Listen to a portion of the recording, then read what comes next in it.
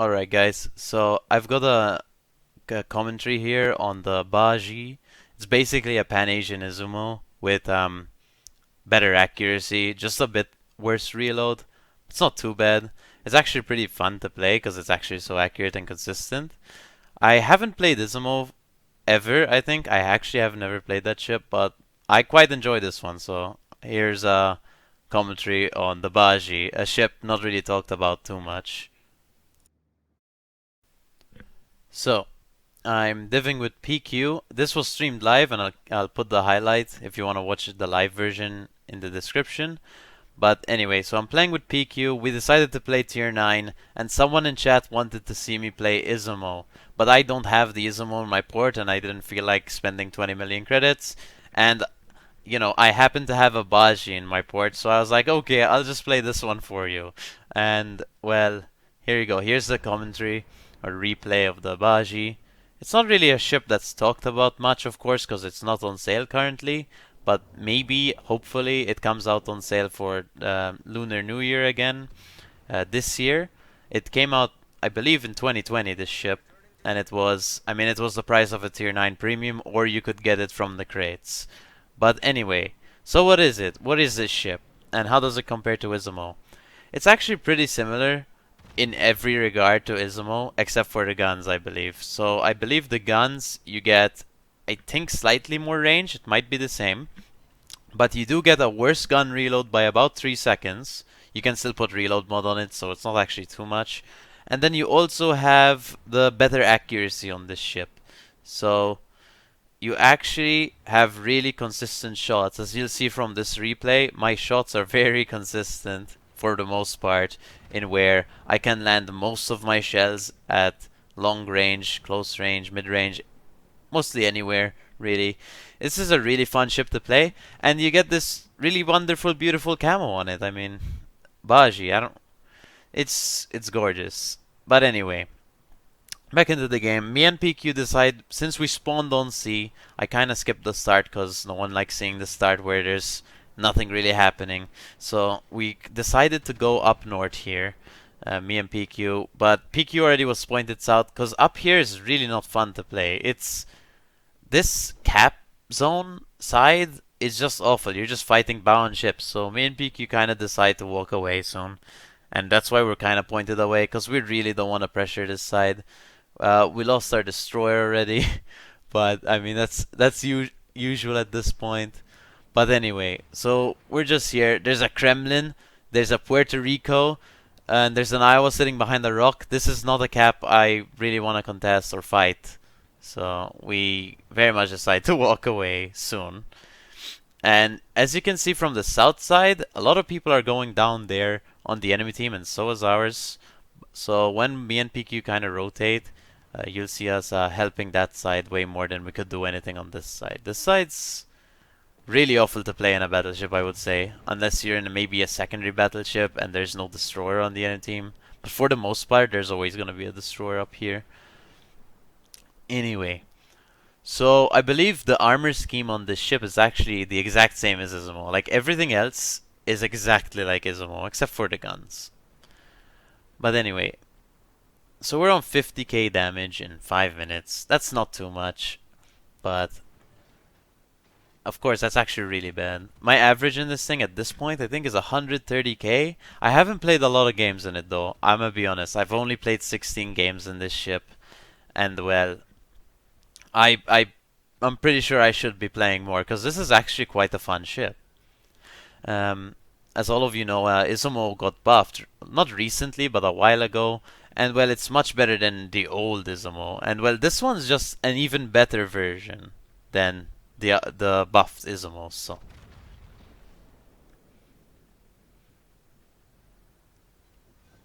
it's quite nice having all the turrets on the front of the ship, I would say. Quite interesting. Even though the third turret still rotates backwards, I mean, it's still pretty good. And I don't believe the second turret is actually a 360 turret. I don't think so. Anyway.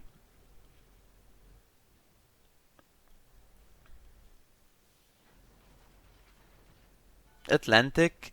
I believe this is Atlantic. I don't think it's a bad map. It just the sea cap for me is a very much horrible experience in any ship I play. I could be in a destroyer, I could be in a battleship, I could be in a cruiser, and I hate fighting at that sea cap. Maybe if I'm a Des Moines or something or a Salem and I could use the rocks, but for the most part you can't do that if there's a carrier. So honestly, sea cap is kind of just horrible. I hate spawning up here. I hate having to fight up here. There's too many island covers for the ships. And well, there's not really much fighting going on. We're just shooting randomly at things.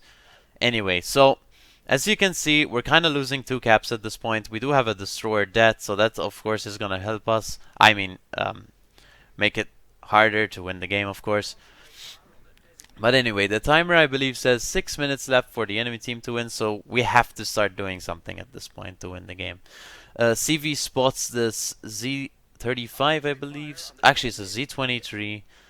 And well, we try kill it, of course. CV torps it and actually manages to hit torps on it, which is quite surprising. But those are the quick German torpedoes, so I guess yes, he will hit them. Anyway, he goes for the respot. We're trying to kill him because we do want to try get an advantage at some point. Maybe kill a destroyer off, get B. I don't know how, but we're trying. CV actually hits another torp on him, which is great. Very surprising, but anyway, this Z is currently suffering right now, eating all the torps and stuff. I think we get the kill. We do. Finish off the kill. And we keep moving south. PQ is moving south too, because we realize we can't really do much at sea. Nothing's spotted. We can't really contest that cap with a destroyer there. So we're just gonna walk south and try help our other flank into holding A and maybe taking B and stuff. But anyway, so I skipped forward about a minute or so because there was nothing happening in the meantime.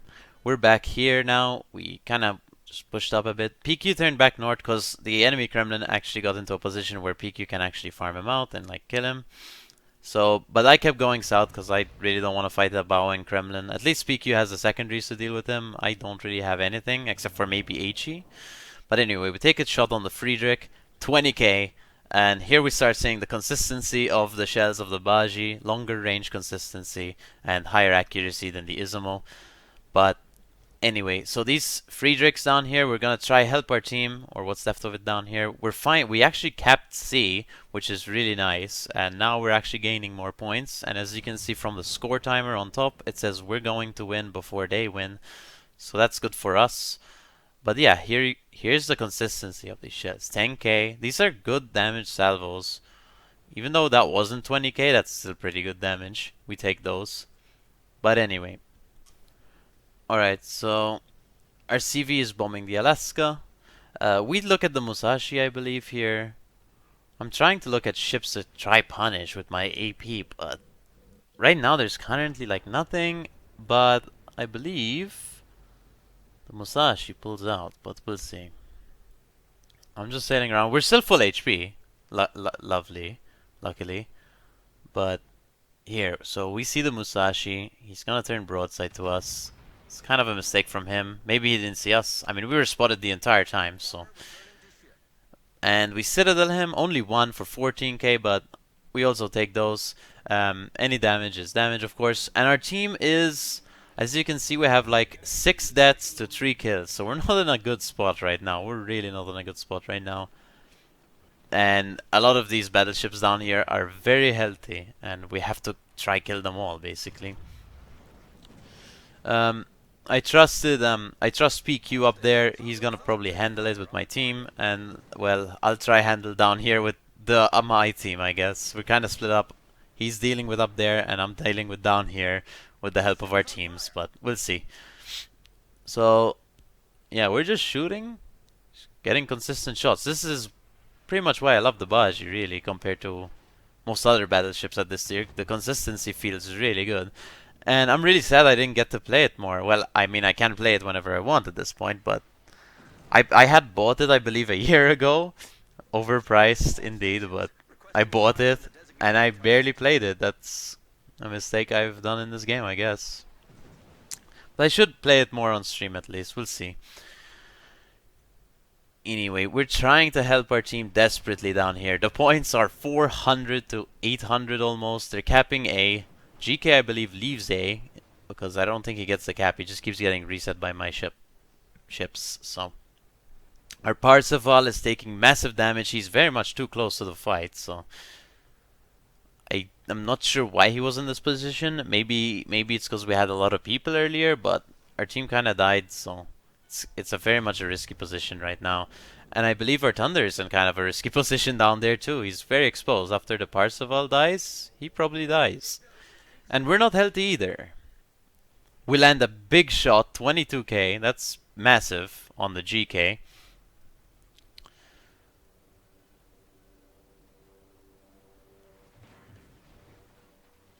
Trying to get shots on anything. We're trying to finish targets. PQ is up there brawling with his Pommern, clapping the enemy team. Doing work. Close quarters, double close quarters for him. He had a pretty fun game, I think. At this point, the game looks winnable, of course. We have a carrier who's on about like 13 HP, 13 HP. We have a Thunder who's about 10k. It doesn't look too wonderful. The Thunder dies, which is very unfortunate. I'm left alone with my carrier, who's 13 HP, but that's fine.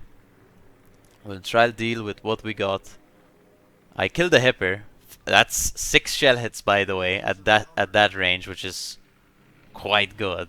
This is why this is why I like the Bajie, the consistency of it. I'm not a Battleship player by no means, but sometimes I do play them, and I feel like I'm getting way better at them.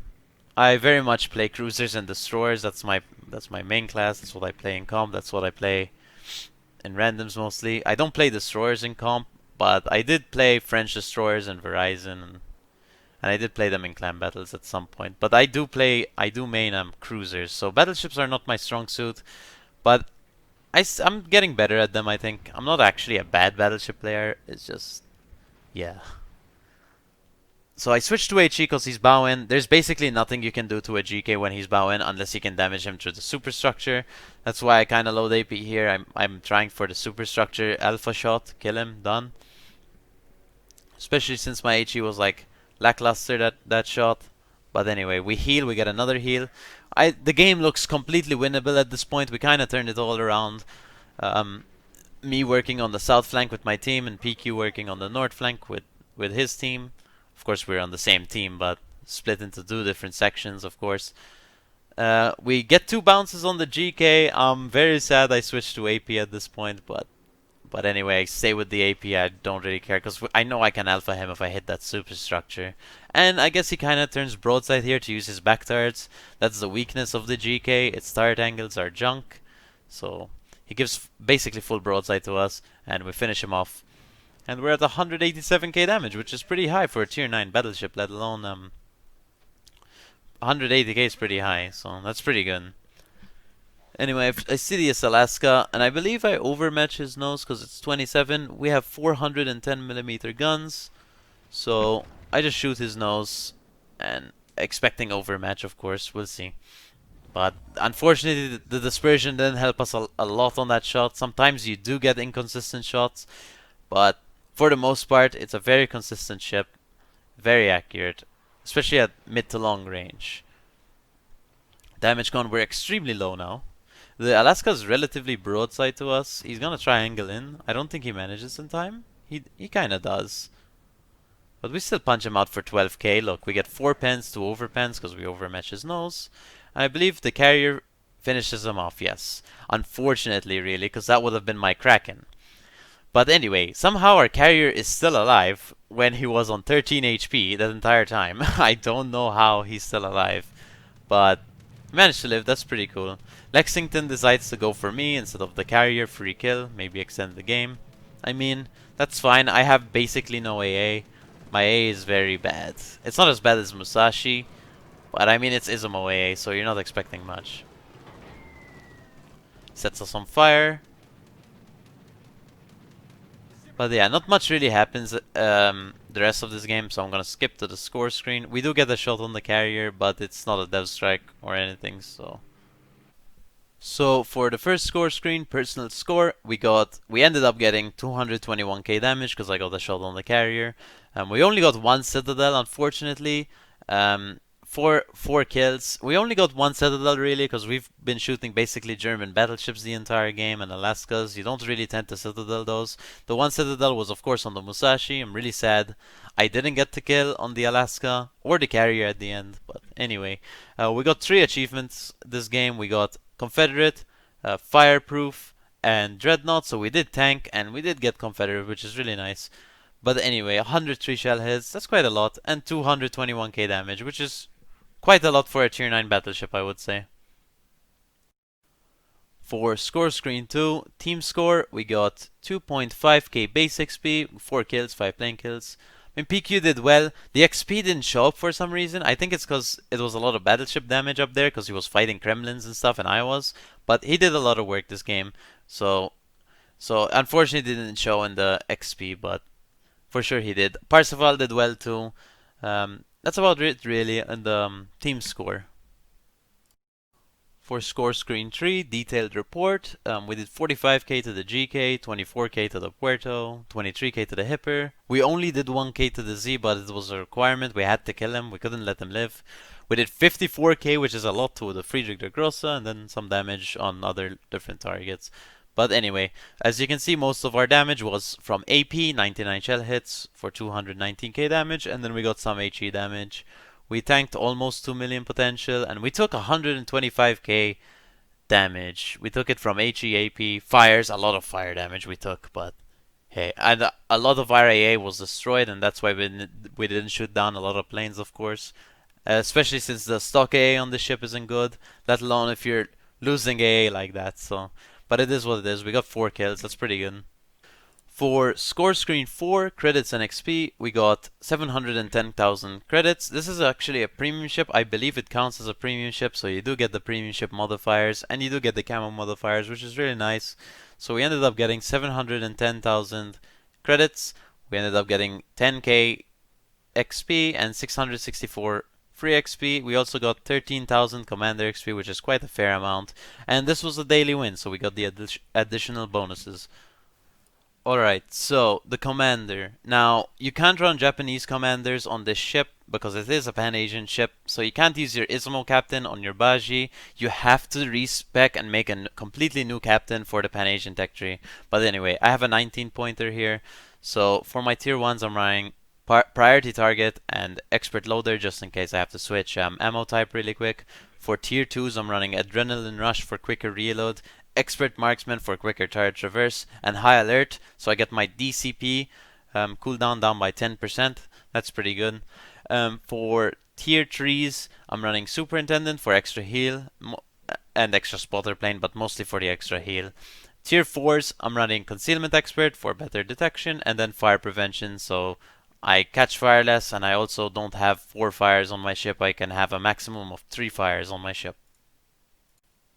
For my modules, I'm running main armaments mod 1, I'm running damage control system mod 1, I'm running aiming system mod 1, I'm running prop mod 1 to accelerate quicker, I'm running concealment mod 1 for better concealment, and of course I'm running main battery mod 3 so I can get the reload down by 12%. That does nerf your turret traverse by 13%, but that's not too big of a deal, it's still fine, so I very much recommend running the reload mod on this ship because you don't really need range mod because you have a lot of gun range stock. So, alright, before I finish off this commentary, I did want to show you the Bajie camo. Of course, it does look really nice as you can see here.